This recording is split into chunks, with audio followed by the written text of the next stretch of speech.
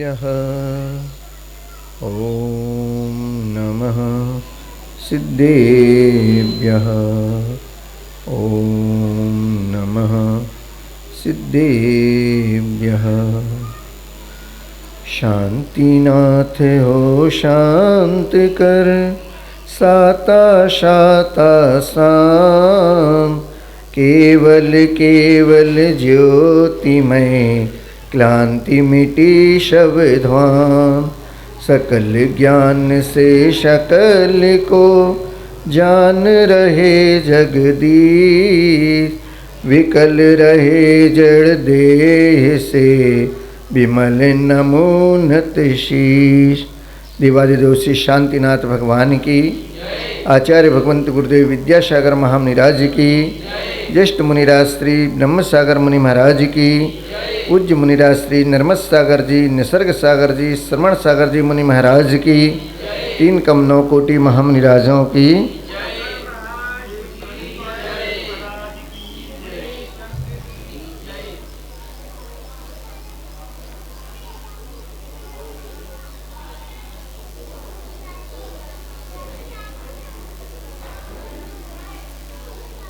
मुझे बहुत भूख लगी है, तो भूख का उपचार क्या होता है? भोजन। क्षुधा को निवारण करने के लिए भोजन किया जाता है और उस भोजन से क्षुधा का निवारण कर लिया जाता है। ये अलग बात है कि भूख कई प्रकार की हुआ करती हैं, उसमें से एक भूख को लेकर अपन चलते हैं। जो चोटी की भूख थी वो तो आपको मालूम हुई, पर जो पेट की भूख हुआ करती है उसका दिन जो पावन पर्व के रूप में आप अक्षय तृतीया मनाते हैं वो कल आने वाला है। उस पर विस्तृत और विस्तार रूप से पूज्य बड़े महाराज के मुखारविंद से उनके अमृत वचन सुनेंगे। आज थोड़ी सी भूमिका बनाते हैं। खाया खोया बह गया, खाया खोया बह गया, खाया बोया बहुत फल गया। महाराज शब्द सुने तो पर समझ में नहीं आए। चूँकि आम का सीजन है और बहुत आम आ भी रहे हैं, तो उसी को उदाहरण में लेते हुए कहते हैं कि चूँकि जब भोजन बनने में और मिलने में देरी हुआ करती है तो कुछ सलाद के रूप में खा लिया करते हैं या फल ले लिया करते हैं कि जब तक भोजन मिलेगा उसके पहले थोड़ा फल खा लें। तो आपने केला खाया, केले को सब जानते हैं कि सीधा उठा के नहीं खाया जाता।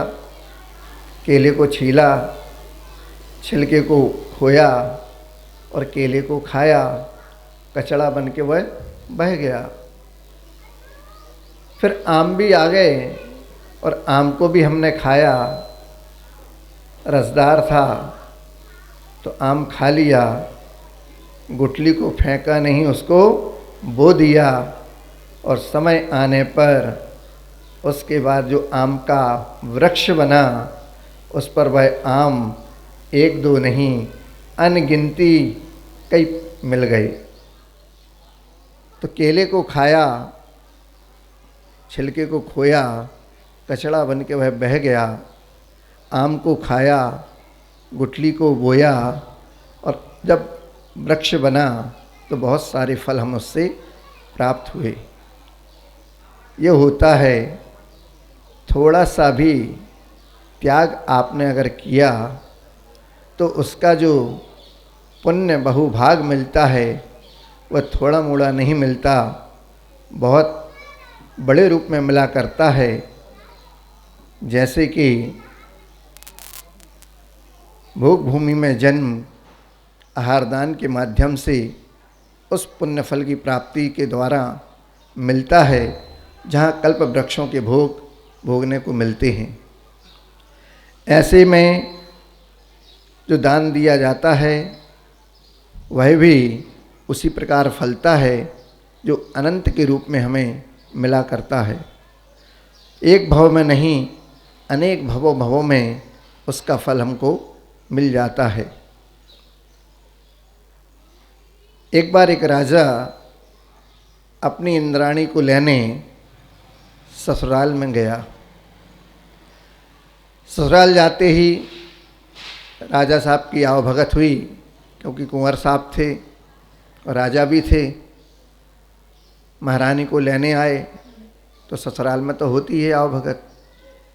अब जब वहाँ से विदा हुए महारानी को लेकर, तो रास्ते में शाम हो जाती है और एक जंगल के रास्ते से गुजरना होता है। तो जंगल चूँकि घनघोर होता है, तो रात्रि विश्राम वहीं पर हुआ। आगे रास्ता दिखाई नहीं दे रहा था, तो ले रात्रि विश्राम यहीं जंगल में करते हैं, सुबह आगे रास्ता तय करेंगे। उस समय आज की अपेक्षा वाहन तो होते नहीं थे, या तो घोड़े या हाथी, बैलगाड़ी यही चला करते थे। रात्रि विश्राम हुआ। प्रातःकाल सुबह जब राजा साहब उठे और अपने नित्य कर्म से निवृत्त होकर भगवान की पूजन भक्ति हुई, पश्चात भोजन करके ही यहाँ से आगे बढ़ेंगे। ऐसा विचार करके जब पूरा दल बदल तैयार हुआ, तभी अचानक उस जंगल में 2 चारण रिद्धि मुनिराजों का आगमन होता है। वो चारण रिद्धिधारी मुनिराज, जिनको तप और तपस्या के द्वारा ये रिद्धियाँ प्राप्त हुई थीं कि आकाश में गगन विहार करते हुए वो उस जंगल में आए।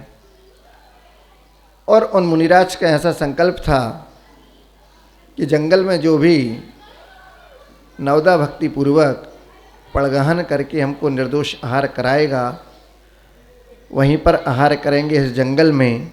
इस जंगल से बाहर जाने का उनका त्याग था। आहार के निमित्त वो वहाँ पहुँचे। तो चूँकि कहते हैं कि जिनका संकल्प दृढ़ हुआ करता है,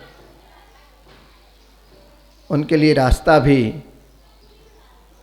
मिल जाया करता है। और यह संकल्प तो ऐसा था कि जिसके संकल्प में अरहंत भगवान का भी पुण्य फलता है, उसको भी उस पद की प्राप्ति हो जाया करती है, बशर्ते आप उसको दृढ़तापूर्वक निर्दोष रूप से पालन करें। चूँकि मुनिराज 12 तप को तपते थे, जिसमें 6 अंतरंग तप, 6 बहिरंग तप हुआ करते हैं। तो उसमें एक वृत्ति परिसंख्यान नाम का तप था। उसका मतलब होता है कि जो भी हमने संकल्प लिया, विधि ली, या दाता के घर कितनी गली वहाँ पर पहुँचना, और उनके अनुसार अगर हमें मिलेगा तो आहार ग्रहण करेंगे, अन्यथा अलाभ करके आएंगे, उपवास हो जाएगा। उस संकल्प के धनी मुनिराज जब जंगल में विहार करे, तो राजा रानी ने देखा कि मुनिराज आ रहे हैं। तो उन्होंने तुरंत मुनिराज की विनयपूर्वक भक्ति, शुश्रूषा, सेवा आदि करते हुए पड़गहन नवदा भक्तिपूर्वक आहार दान देने का सौभाग्य प्राप्त किया।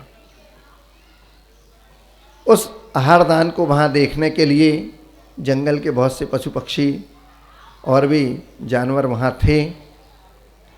उन सब ने उस दान की अनुमोदना की। सानंद संपन्न आहार हुआ दोनों मुनिराज स्त्री का, और वह आशीर्वाद देकर अपने स्थान की ओर विहार कर गए। इधर देवों ने राजा रानी के उस आहार की अनुमोदना करते हुए पंचाश्चर्य प्रकट किए, और जिन्होंने अनुमोदना की थी उस आहार दान की, ऐसे नेवला, स्यार आदि त्रियंच जानवर भी अगले भाव में इस त्रियंच पर्याय से छूटकर देव बने और आगे चलकर आदिनाथ भगवान के उस वंश में जाकर उत्पन्न हुए। उस आहारदान के अनुमोदना का फल हुआ। और जिन्होंने आहारदान दिया था ऐसे वह राजा और रानी, आगे की कथा कल आपको मिलेगी। उन्होंने किस भाव में कौन सी गति का बंद किया, तब जाके यह अक्षय तृतीया हम सब आपको मनाने का सौभाग्य मिला।